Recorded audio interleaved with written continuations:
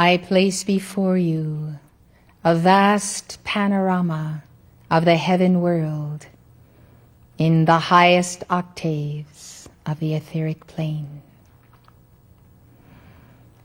I open the doors to this vista that you might see that there are many, many accomplished bodhisattvas who have taken the bodhisattva vow and therefore not taken their ascension. And they await the days and the hours when, in a vast future time and space, they may re-embody 600 years after a golden age should manifest on earth, if that golden age indeed shall manifest. These are beings of light who have such high attainment that even though they are not ascended, they are not allowed to descend into the earth plane to walk among you. For they guard well their mantle, they guard well their mission, and they know that the future that is to come will give them opportunity to bring many souls to the path of the Buddha. Here and there in the earth, there are precious souls born of very high attainment. Some of them make it, but not all, for they are fragile though strong. And when their parents are not able to care for them as they must be cared for, so, beloved, the fulfillment of their mission cannot be accomplished and is often aborted. This is the age when we would call you to come into the very heart center of the second ray that goes back to Helios and Vesta, Alpha and Omega.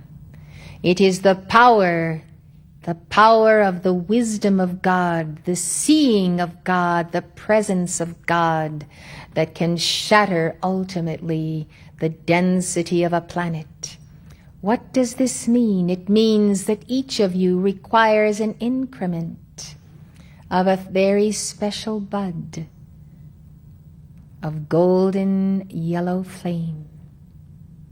How many can be entrusted with this flame? How many will learn to use the flame, to expand it, to light up the darkened room, even a darkened universe? Therefore, we recommend, since the earth is becoming darker and darker, that you call upon all adepts of the second ray throughout the vast cosmos, those who are in the earth, who have not taken the ascension, and those who have. This is a time, beloved, in this first quadrant of the year, to thrust through mightily, beloved, mightily, that golden yellow flame might bring to so many who desire to do good in the earth a higher understanding of what is reality. This may be the golden age of Aquarius, but it is also the golden age of reality. Now then, let us, as we move with the God and Goddess Meru, as we move with the beings of the second ray of such a high attainment, let us use our forces and gather them to expose the liar and his lie, the murderer, the murderous intent, to expose entire islands of blackness that sometimes cover entire continents, for the darkness that is in those who come out of the astral plane yet do not move physically in the earth. You can do much, beloved, and the decrees that you give to that illumination's flame will light up the world of so many. Now then, we send you forth, as El Moria does determine his timetable. We send you into this nation first and foremost. And as the world gets lighter, for we will not admit defeat by darkness, we may be able to send you again to other nations. In this hour, it is most important to defend the soil, the people, the land, and the freedom in the United States. For this nation must be protected, for those who would move against her are those who have been for thousands of years in the earth, who did not originate on this planet, came from other worlds, and almost are not reconcilable with those who are in the earth this day. The absence of reconciliation, beloved, is this, that though they may or may not have a heart chakra, it is questionable whether they have a threefold flame, and there is an overlay upon some of the peoples of the world that is such a hardness of heart that one wonders when that hardness might ever be broken, and if it might be broken before that individual himself must go to the second death. Therefore, strange gods are in the earth, strange manifestations that do not appear in the profile of the Manus, or of the Christ, or of the Buddha. Come to the realization, then, that you can bring many to the feet of their God, but only if they are willing and able. And if they are not, all of heaven bows to their free will. Now then, beloved, we believe that through illumination's golden flame and your cooperation in using that flame, even if it be 15 minutes a day, that we can bring a parting of the veil, partially that is, that people might have a glimpse of the golden sun, of other octaves, of high etheric planes, of beings who shine with that golden light. All of earth is not in darkness, for the brightness of your I Am presence is not only above you, but in your temples. We see this, though you may know it not. Therefore we tell you that it is so, that you have advanced, some of you tremendously, since you began this path, and even are moving from past lifetimes, multiplying your momentum of service and seeing how necessary is that power of the yellow ray. Let the mind of God be in you.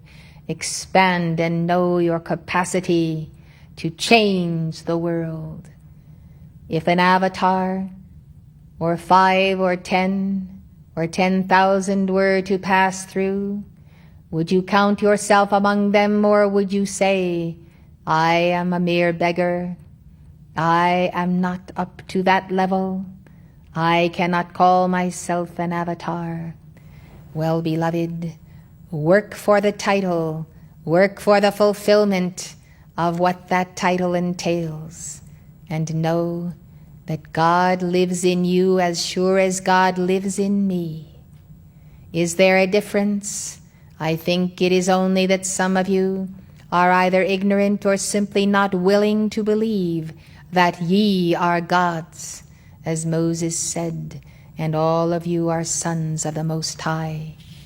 If God made you as gods, and he did because he made you in his image and likeness, then exercise the power and save a planet. Your mighty I Am presence is up to it. Let us speak then of the various levels of leaders of the nations who think they have power and think they have greatness, but are among the worst of the worst. It is even notable in these days, as people demonstrate in the streets and demand that the popular vote be reinforced and ratified. O blessed ones, it is surely a planet of contrasts. Let us talk about what is eternal. Let us talk about the etheric plane as being far more concrete than your physical octave. Let us talk about yourself becoming whole and being on the verge of moving from that point of mortality to immortality. Oh, what a transition that will be, beloved. Oh, what a transition. To know that you may enter into that immortality before you are ultimately one with God. So many things can transpire in your life in such a short time, and as you view the world, now in this decade and moving on to the next, you must know that there is absolutely opportunity for your victory, for your ultimate victory, wherever you will be. And since many of you are leaving the mystery school only for a time, I then shall leave with you. I, Maitreya, comfort you now. I wear the mantle not only of gold and yellow, but of metallic gold. And as you see me, you will remember how in civilizations long ago you also wore such robes. You also served the then hierarch of the day. So I shall come in my presence to each one, stay with you, move with you, always make the call if you need something. I am here to assist you in making that move which is the wisest one for you. There may be many moves that you can make because you are talented, well-educated, have much experience, and even have learned from the ascended masters and the messengers. Thus, beloved, know that you will not have a dearth of opportunity, but you will say to yourself, what is the highest calling that I can make? What is the highest attribute? Where shall I be? Where shall I go to discover that nucleus within, which when fired can propel me to my ascension as I move with it unto the hour of my victory? It is my desire then, at the conclusion of this conference, for you to come to my etheric retreat. There I will show you your past, present, and future history. Is there a future history? Indeed, beloved, it can be read. Therefore I am determined as your father to see to it that you will not be left comfortless, but that the Holy Spirit will come to you, and that I may be with you. This surely is my great joy. Since I bilocate in many places in the world, none of you who remain here will be without me either. This is the mystery school, and it is always in the etheric octave. Reach for the octave, reach for the star. Reach for the gaps that now must be filled that you might be whole. Reach for all things that when pulled together will give to you that wholeness, that equilibrium, that balance. And one day, as you are walking in the valleys, in the mountains, in the hills, you will have a certain sense within you. And that certain sense is this, that you will start to feel the slow turning of the fire enfolding itself within you. Ever so softly, ever so gently, you then are receiving the message that God desires to bring you up higher, closer and closer to the realms of your immortality. It is a wonderful thing, beloved, when after lifetimes of service, balancing karma, and if you have much karma, having been weighted down by that karma, then coming into embodiment again and again, then finding the ascended masters, their teachings, the messenger, finding all that you now have. This is the moment when you can look back on your entire history. Ask the keeper of the scrolls to show you. Ask the lords of karma. And you can see in that past history where you first began a departure from the golden flames of illumination for that soaring sunward in the sunlight, and how little by little you gravitated toward darker realms, darker individuals who brought you this way and that way and the wrong way. Thus you have gone through a long period of balancing karma.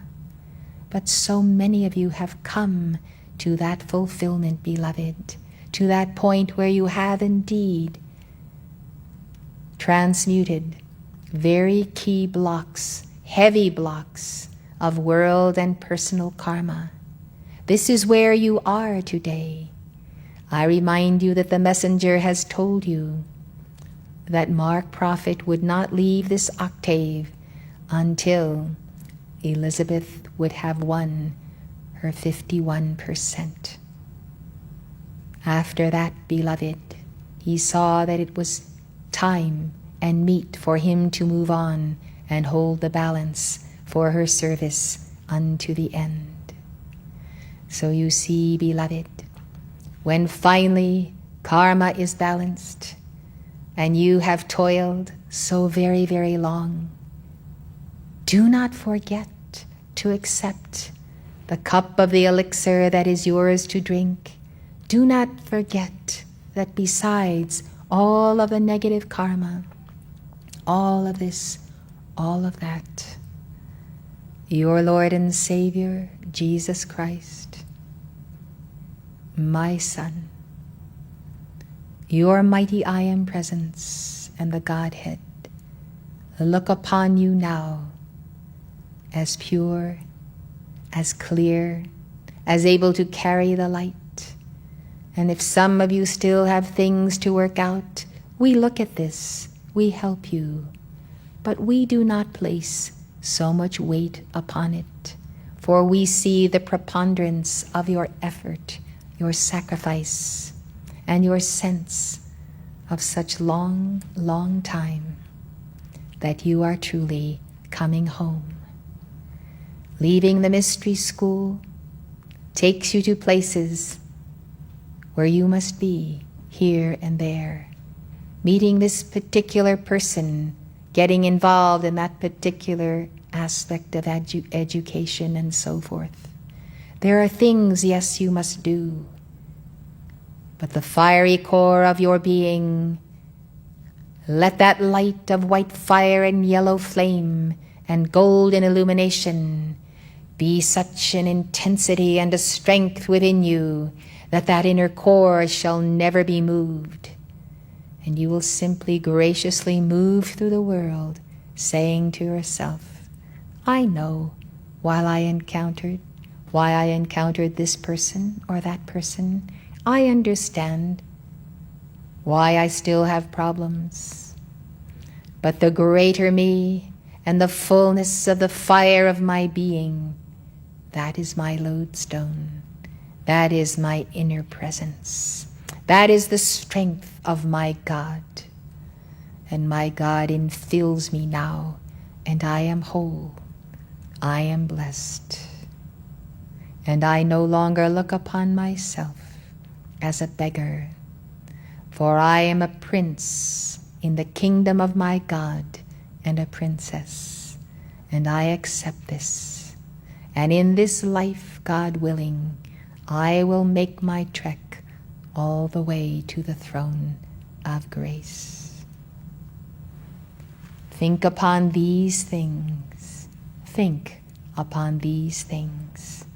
And know that I am with you always, even unto the fulfillment of your victory. I am Maitreya. Call to me. Dispense my compassion to all, and take a strong dose of it yourselves. Know that it is meet for you, and that I simply love you, and love you, and love you. Truly, I am with you. Go in peace where God has called you.